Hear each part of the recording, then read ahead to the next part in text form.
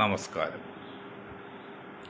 ഞാൻ Moideen Shah, Indian union കോൺഗ്രസിൻ്റെ president. ബഹുമാനിയെ, നിങ്ങൾക്കെല്ലാവർക്കും എൻ്റെയും എൻ്റെ പാർട്ടിയുടെയും അഭിനന്ദനങ്ങളും ആശംസകളും.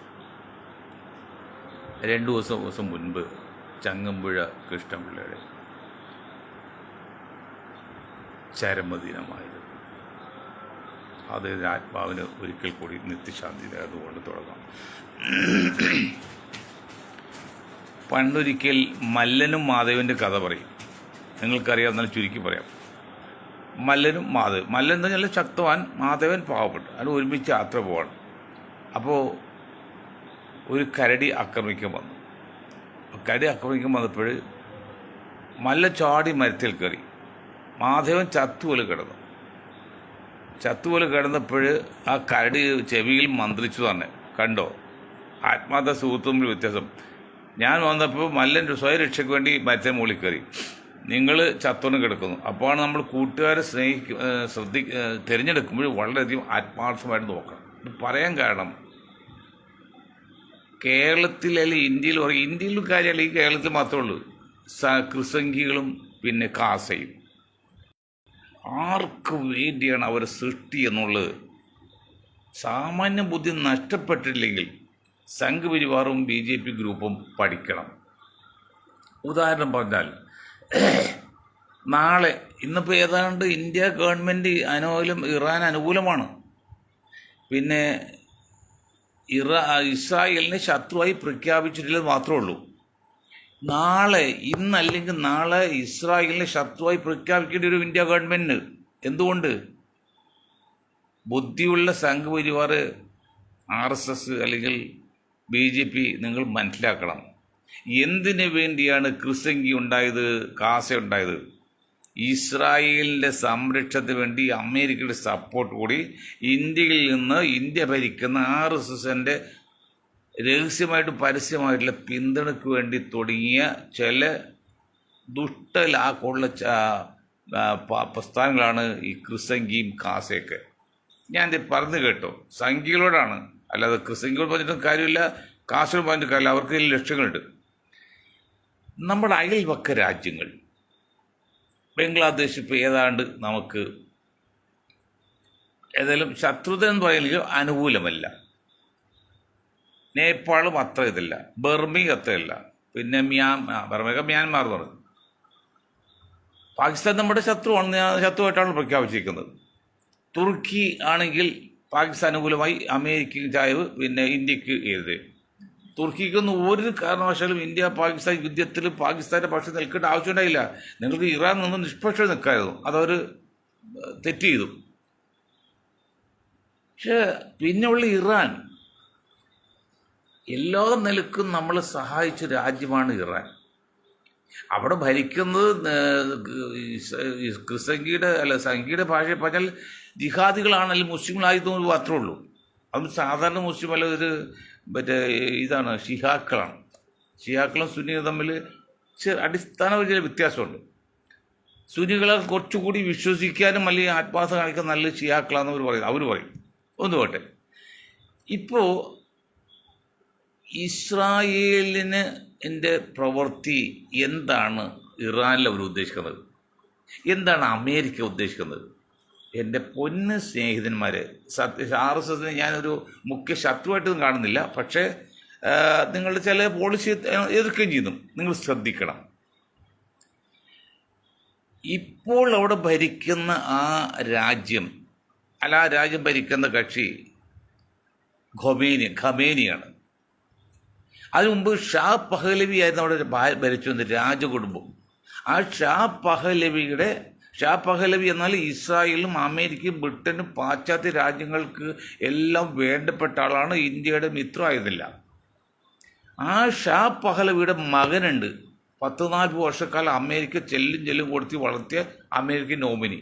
ആ നോമിനിയെ ഖമേനിയെ മാറ്റി ആ നോമിനിയുടെ അധികാരത്തിൽ എത്തിച്ച് ഇസ്രായേലിലെയും അമേരിക്കയുടെയും യൂറോപ്യൻ കൺട്രീസിനെയും ഒരു പാവ ഗവൺമെൻറ് ഉണ്ടാക്കണം എന്നാണ് ആഗ്രഹം. ആ പാവ ഗവൺമെൻറ് അവിടെ വന്നു കഴിഞ്ഞാൽ ഇപ്പോൾ ചില സംഗീത ചാനലൊക്കെ ഇപ്പോഴും ഇറാനെ അങ്ങോട്ട് വളരെ കർമ്മ ന്യൂസ് എന്നുള്ളത് ആസ്ട്രേലിയയിൽ നിന്ന് തുടങ്ങിയ സംഖ്യയാണ് കേട്ടോ. നോനോ, ഒരു ക്രിസംഖ്യയാണ്. ഒരിക്കലും കർമ്മ ന്യൂസ് സംഖ്യയല്ല, RSS BJP അല്ല, ക്രിസംഖ്യയാണ്. ഒരു ക്രിസ്ത്യൻ ഉടമയാണത്. അപ്പോൾ അവർക്ക് ആഗ്രഹം ഇറാനെ ഇന്നത്തെ ഭരണകൂടത്തിൽ മാറി അമേരിക്കയുടെ, ഇസ്രായേലിൻ്റെ, പാശ്ചാത്യ രാജ്യങ്ങൾക്ക് സപ്പോർട്ട് ചെയ്യുന്ന ഒരു പാവ ഗവൺമെൻറ് ഇരുത്താൻ വേണ്ടിയുള്ള ശ്രമമാണ്. അതിനുവേണ്ടി ഷാ പഹലവിയുടെ മകൻ അതിനൊക്കെ അവിടെ സമരം ചെയ്യണം എന്നൊക്കെ പറഞ്ഞ് ഇപ്പോഴും നടത്തുന്നുണ്ട്. അത് എന്തുമാത്രം വിജയിക്കുന്നറിയില്ല. പക്ഷെ അങ്ങനെ വിജയിച്ചാൽ ഇന്ത്യയിൽ ആർഎസ്കാർക്കും പ്രത്യേകത, ഈ കേരളത്തിൽ ആർഎസ്കാർക്കോ അല്ലെങ്കിൽ ക്രിസംഖ്യക്കും കാസക്കും മാത്രം ഈ രാഷ്ട്രീയങ്ങളുടെ ഇതൊക്കെ പറഞ്ഞുള്ളൂ. വേറെ ഈ വടക്കേ ഇന്ത്യയിൽ മൊത്തത്തിൽ RSS ഉണ്ടെന്നല്ലാതെ ഈ രീതിയിലൊന്നും ചിന്തിക്കുന്നില്ല, ആളുടെ പ്രാപ്തി അതിന് ചിന്തയില്ല. പക്ഷേ നിങ്ങളൊന്ന് ആലോചിച്ച് നോക്ക്, അന്ധമായ ഇസ്രായേൽ സ്നേഹവും അന്ധമായ ഇറാൻ വിരോധവും കാണിക്കുന്ന സംഘപരിവാർ. പക്ഷേ ഇന്ത്യ ഭരിക്കുന്ന കക്ഷി BJP അല്ലെങ്കിൽ സംഘപരിവാർ നിയന്ത്രിക്കുന്ന ആ ശക്തിക്ക് കാര്യം മനസ്സിലായി. ഇറാൻ അനുകൂലമാണ്. അവർ ഈ യുദ്ധത്തിൽ ഇറാന് എതിർക്കുന്നില്ല. പിന്നെ ഇസ്രായേലും ഏതാണ്ട് സൂത്ത് രാജ്യമായിട്ട് നിൽക്കുന്നുണ്ട്, ഇസ്രായേലിനെ എതിർക്കാൻ പറ്റില്ല. പക്ഷേ അന്യായമായി ഇസ്രായേൽ ഇറാനിൽ കയറി കുഴപ്പമുണ്ടാക്കിയിട്ട് എന്നിട്ട് നെതന്യാഹു പ്രധാനമന്ത്രി വിളിച്ച് ഞങ്ങളുടെ കൂടെ നിൽക്കണമെന്നോ? അങ്ങനെ നിൽക്കാൻ പറ്റും? എന്താണ് ഇസ്രായേൽ ലക്ഷ്യം? ഇറാനെ അമേരിക്കയുടെയും ഇസ്രായേലിലെയും നയിക്കുന്ന, അല്ലെങ്കിൽ യൂറോപ്യൻ്റെ ഇഷ്ടപ്പെടുന്ന, ഇന്ത്യയുടെ മിത്രമല്ലാത്ത ഒരു പാവ ഗവൺമെൻറ്റിനെ സൃഷ്ടിക്കാത്തുള്ളതാണ്. അപ്പോൾ നമുക്ക് അവിടെ തുറമുഖത്ത് ആയിരക്കണക്കിന് കോടി മുടക്കിയിട്ടുണ്ട്. ഇപ്പം ആകെ കൂടി നമുക്ക് ഏതാണ്ട് ശത്രുതയില്ലാത്ത, മിത്രമാണെന്ന് ഞാൻ പറയുന്നില്ല, അത് ഇന്ത്യ ഗവൺമെൻറ് തീരുമാനിക്കട്ടെ, ശത്രുതയില്ലാത്ത ഒരു രാജ്യം ഇറാൻ മാത്രമാണ്. പാകിസ്ഥാൻ നമുക്ക് എതിരാണ്, തുർക്കി എതിരാണ്, നേപ്പാൾ അനുകൂലമല്ല. മറ്റേ 1-2 മുസ്ലിം ദ്വീപ് രാഷ്ട്രങ്ങൾ അവർക്കും അത്ര ഇതില്ല. അപ്പം അമേരിക്ക കാണിക്കുന്നത് ഇസ്രായേൽ, അമേരിക്ക, പാകിസ്ഥാൻ, തുർക്കി, ഇനി ഇറാനും കൂടി, ഇറാഖും പിന്നെ സിറിയയും ലബിയൊക്കെ അവരുടെ കയ്യിലാണല്ലോ ഒരു പാവ ഗവൺമെൻറ്. മറ്റ് അറബി രാജ്യങ്ങളിൽ, ഗൾഫ് രാജ്യങ്ങളില്ല. അമേരിക്കയുടെ 9ഓളം ഗൾഫ് രാജ്യങ്ങളിൽ അമേരിക്കയുടെ ക്യാമ്പുള്ളത്, അമേരിക്കയുടെ യുദ്ധസന്നാഹമുള്ളതാണ്. അവരുടെ കൂടെ നിൽക്കുകയാണ്. അപ്പോൾ ആകെ അവർക്ക് യൂറോപ്യൻ കൺട്രീസിന് അല്ലെങ്കിൽ അമേരിക്ക, ഇസ്രായേൽ എതിർക്കുന്ന ഒരേ ഒരു രാജ്യം ഇന്ന് ലോകത്ത് പരസ്യമായിട്ടുള്ള ഇറാൻ മാത്രമേ ഉള്ളൂ. ആ ഇറാനെയും കൂടി അവർ കയ്യിലെടുക്കാൻ നോക്കുക എന്ന് പറഞ്ഞാൽ അപ്പോഴും ബുദ്ധിയുള്ള ഇന്ത്യയുടെ ഭരണ നേതൃത്വമേ, ഇന്ത്യയുടെ സംഘപരിവാറെ നിങ്ങൾ ചിന്തിക്കണം. ആ ഇറാനും കൂടി നമുക്കെതിരെ വന്നാൽ നമുക്ക് പിന്നെ ആരാണുള്ളത്? പാകിസ്ഥാനായിട്ട് അടിക്കുമ്പോൾ ആര് നമുക്ക് അനുകൂലമില്ലെങ്കിലും ഇന്ത്യയെ സംബന്ധിച്ച് പ്രശ്നമില്ല. മറ്റ് ലോകരാജ്യം മുഴുവൻ എഴുതുന്നോട്ടെ, എന്നാലും പാകിസ്ഥാൻ ഇന്ത്യ തമ്മിൽ അടിക്കുമ്പോൾ ഇന്ത്യയെ സംബന്ധിച്ച് അതൊരു വിഷയമേ അല്ല. പക്ഷേ അമേരിക്കയും ഇസ്രായേലും ഇറാൻ്റെയൊക്കെ സപ്പോർട്ട് ഒരു അടി വന്നാൽ നമുക്ക് ആരുണ്ട് ചെയ്യുക? നമുക്ക് അനുകൂലമല്ല. റഷ്യ അത്ര കൃത്യമായിട്ട് അനുകൂലം പറയാൻ പറ്റില്ല, എതിരില്ലെന്ന് മാത്രമേ ഉള്ളൂ. അങ്ങനെയൊക്കെ വരുന്ന സാഹചര്യത്തിൽ ഇറാനാണ് നമുക്ക് ശക്തമായി നിൽക്കുന്നത്. ഈ സംഘപരിവാർ ഒരു കാര്യം മനസ്സിലാക്കണം. ഞങ്ങളെ ഒരു സ്വാമിയുണ്ട്, ബാലകൃഷ്ണാനന്ദ സ്വാമി. ആ സ്വാമി പറഞ്ഞ് ഒരു മുസ്ലിം രാജ്യവും ഇന്ത്യയെ ആക്രമിക്കാൻ വരില്ല, അയാളുടെ കോപ്പില്ല, ആരുടെ കയ്യിൽ തയ്യാറില്ല. പക്ഷേ വരുന്നുണ്ടെങ്കിൽ അത് യൂറോപ്യൻ കൺട്രീസ്, അത് ക്രിസ്ത്യൻ രാജ്യങ്ങളാണ്. ക്രിസ്ത്യൻ രാജ്യങ്ങൾ പലതും ഇന്ത്യയെ ആക്രമിക്കാനുള്ള ശ്രമം നടത്തിയാൽ നടക്കും. ഒരു മുസ്ലിം രാജ്യവും ഇന്ത്യയെ ആക്രമിക്കാൻ ഇന്ന് വളർന്നിട്ടില്ല. മാത്രമല്ല അവരതിന് കോപ്പ് കൂട്ടുന്നില്ല, അതിന് സന്നാഹം ചെയ്യുന്നില്ല. ഇന്ത്യ അങ്ങനെ ശത്രുവായിട്ട് കാണുന്നില്ല. ആരൊക്കെയാണ്? ഒന്ന് അറബി രാജ്യങ്ങൾ, ഒന്ന് ഗൾഫ് രാജ്യങ്ങൾ, പിന്നെ ഒന്ന് പേർഷ്യൻ രാജ്യങ്ങൾ. ഇവരാരും ഇന്ത്യക്ക് ശക്തമായ എതിരല്ല, ശത്രുവായി കണക്കാക്കുന്നില്ല. പിന്നെ സംഘപരിവാറിന് ചില പ്രവൃത്തിയിൽ, ചില വ്യക്തിപരമായിട്ടുള്ള കാര്യങ്ങൾ ചിലപ്പോൾ എതിർപ്പെടുന്നല്ലാതെ രാഷ്ട്രങ്ങളായിട്ട് ഒരു ഇതുമില്ല. അപ്പോൾ നിങ്ങളൊരു കാര്യം മനസ്സിലാക്കണം. കർമ്മ ന്യൂസ് പറഞ്ഞാൽ മനസ്സിലാക്കാം, അത് സംഘപരിവാറല്ല, അത് അച്ചായന്മാരുടെ, ഇസ്രായേലിൻ്റെയും അമേരിക്കയുടെയാണ്, ആസ്ട്രേലിയയിൽ തുടങ്ങുന്നതാണ്. സംഘപരിവാർ ഒന്നുകൂടി ശ്രദ്ധിക്കണം.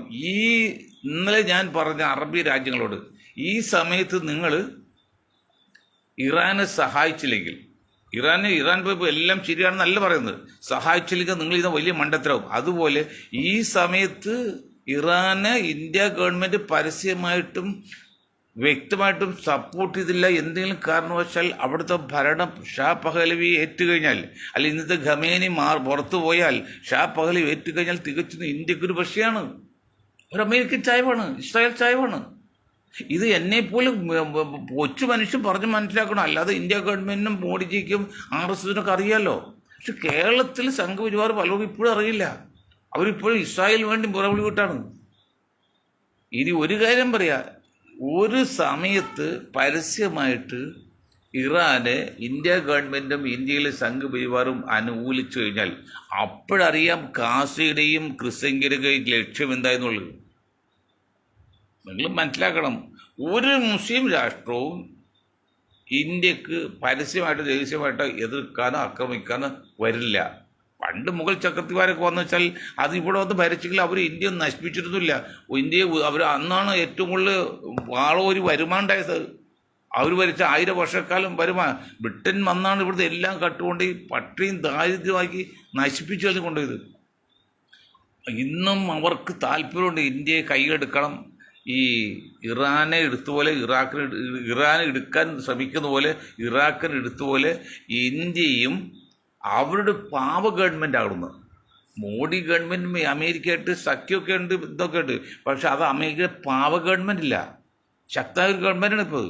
പക്ഷേ അവരുദ്ദേശിക്കുന്ന മോഡി അല്ല ഉദ്ദേശിക്കുന്നത്. അവർക്ക് പാവയായിട്ട് നിൽക്കുന്ന ഇറാഖ്, ലിബിയ, ഇപ്പോൾ ഗൾഫ് രാഷ്ട്രങ്ങൾ, അതേപോലെ അവരുടെ അണ്ടർ കൺട്രോൾ നിൽക്കണം. അങ്ങനെ രാജ്യമാണ് ആക്കാൻ അവർ ശ്രമിക്കുന്നത്. പക്ഷെ അത്ര ഈസി അല്ല. ഇന്ത്യ വലിയ രാജ്യമാണ്, സൈനികമായിട്ടൊക്കെ വലിയ ഇതാണ്.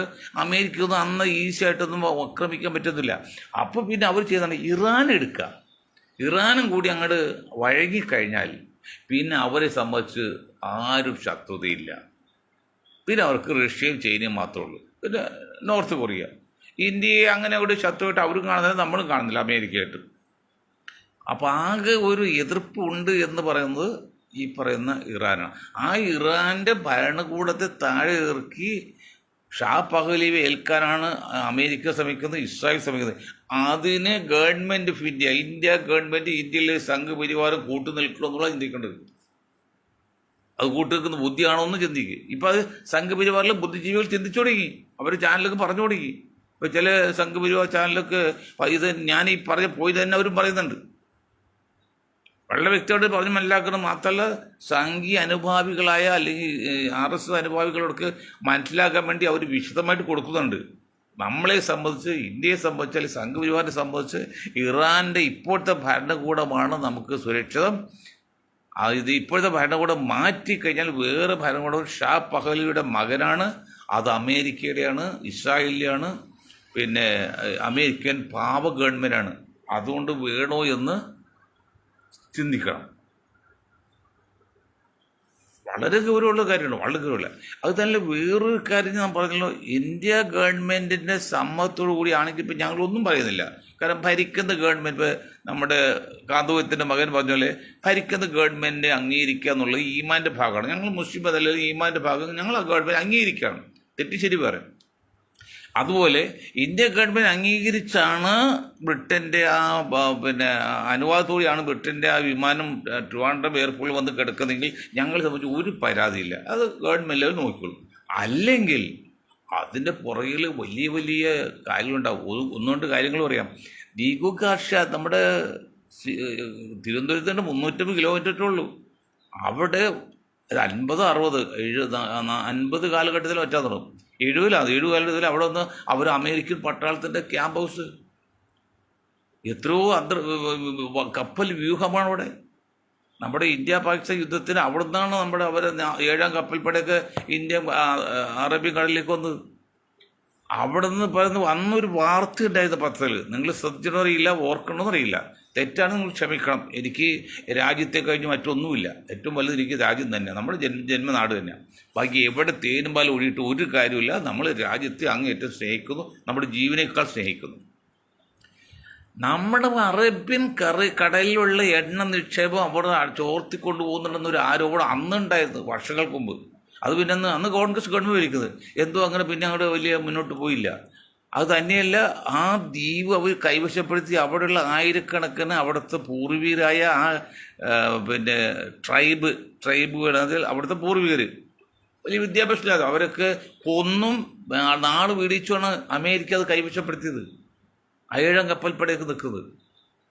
അപ്പോൾ നമ്മൾ മനസ്സിലാക്കേണ്ട ഒരു കാര്യം, ഇന്ത്യ ഗവൺമെൻറ് ഉപദേശിക്കാൻ മാത്രമൊന്നും ഞങ്ങൾക്ക് വലിപ്പമില്ല, എങ്കിലും ഞങ്ങളുടെ ചെറിയ ബുദ്ധി കൊണ്ട് പറയണം. നമ്മുടെ തിരുവനന്തപുരം ശ്രീ പത്മനാഭസ്വാമി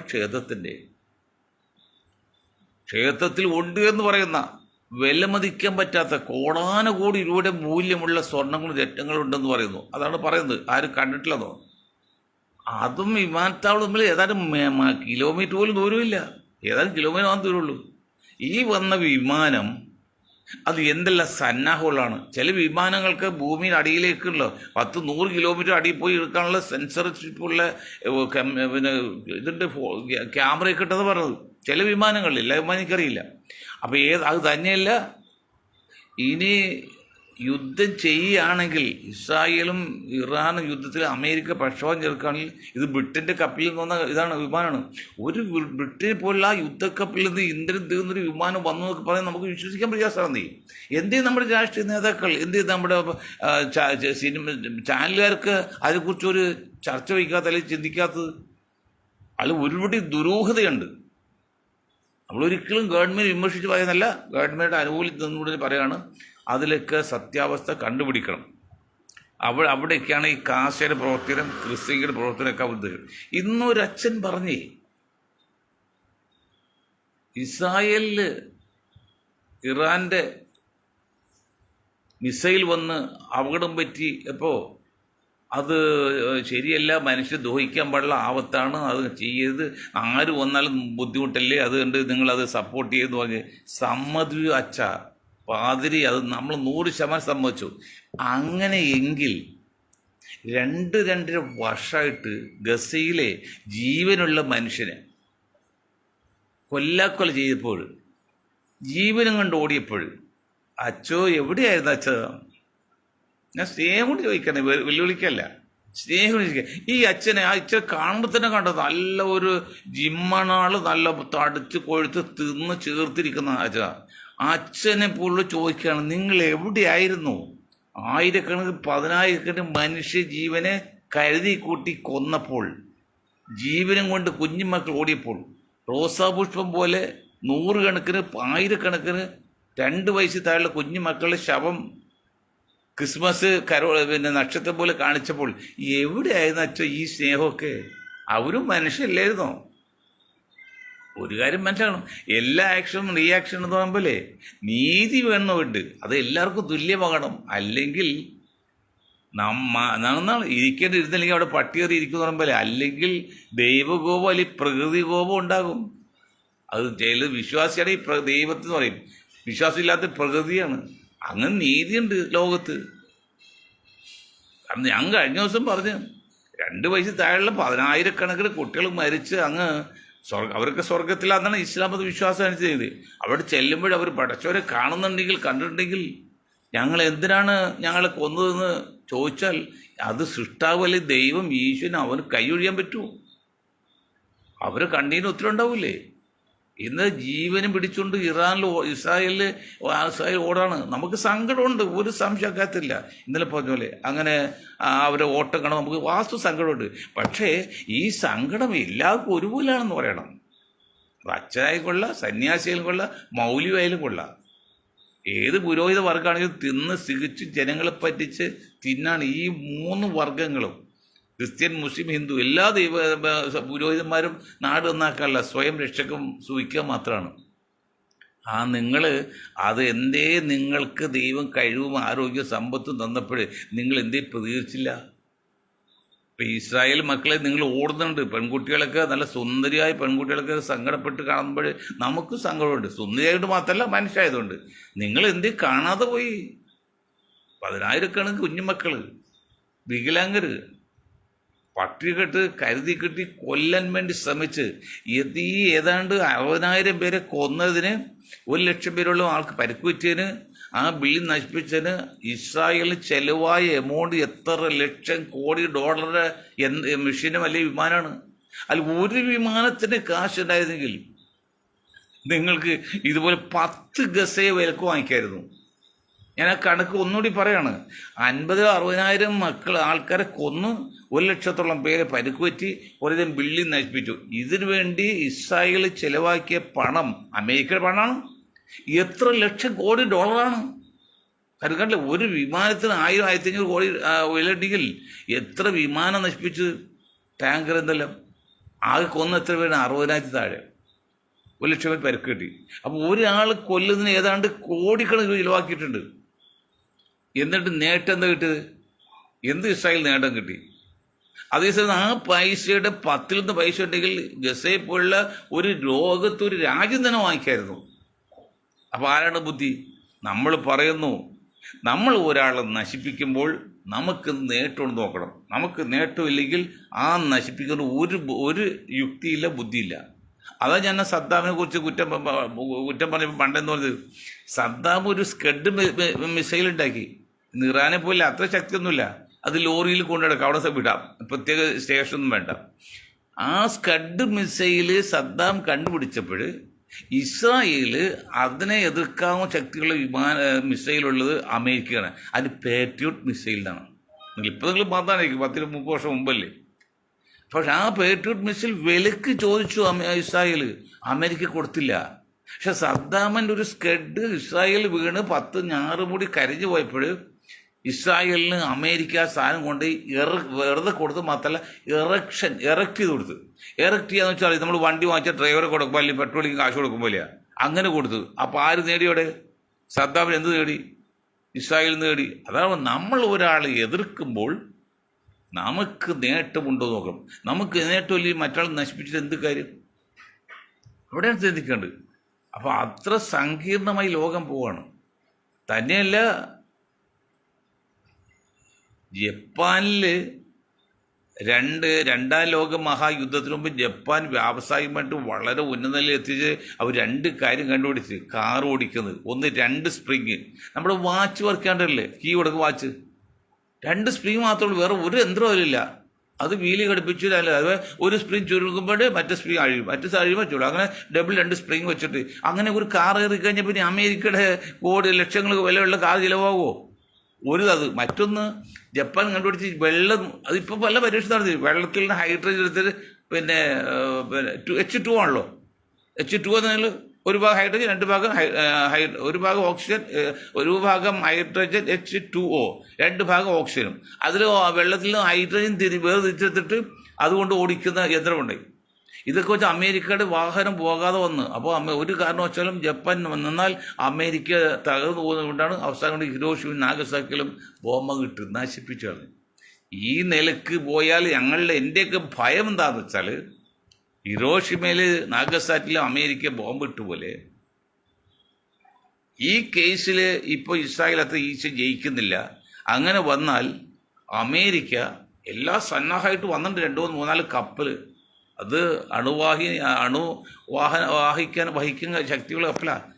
ഇറാനിൽ ബോംബിടുന്നത് എനിക്ക് സംശയം, എൻ്റെ ഭയം അതാണ്. കാരണം അമേരിക്ക ഇസ്രായേൽ പിടിച്ചു നിൽക്കുന്നില്ല. അങ്ങനെ സംഭവിച്ചാൽ എന്തായിരിക്കും അവസ്ഥ?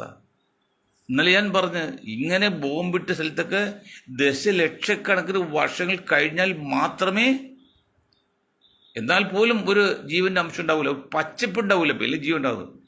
നിങ്ങൾക്കറിയോ ഭോപ്പാൽ ദുരന്തം, മധ്യപ്രദേശിലെ കാർബൺ കമ്പനിയുടെ അതിൽ മറ്റേ സാധനം ചോദിച്ചിട്ട് എത്രായിരം പേര് മരിച്ചു.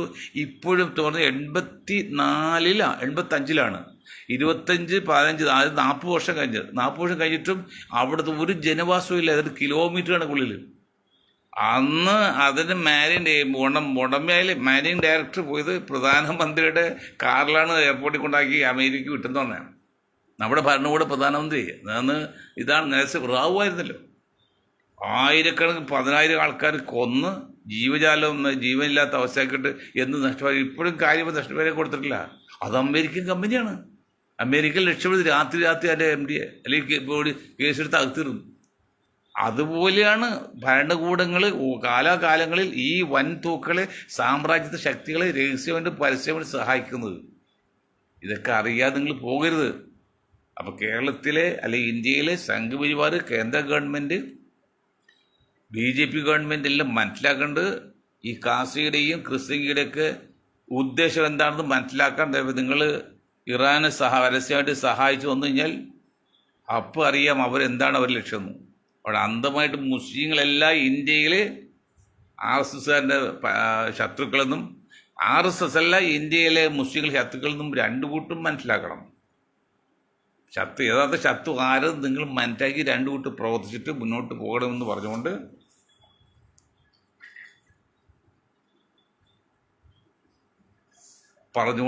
ഞാൻ എൻ്റെ വാക്കുകൾ നിർത്താണ്. നിങ്ങൾക്ക് ഒരായി നന്ദി. ജയ് ഹിന്ദ്.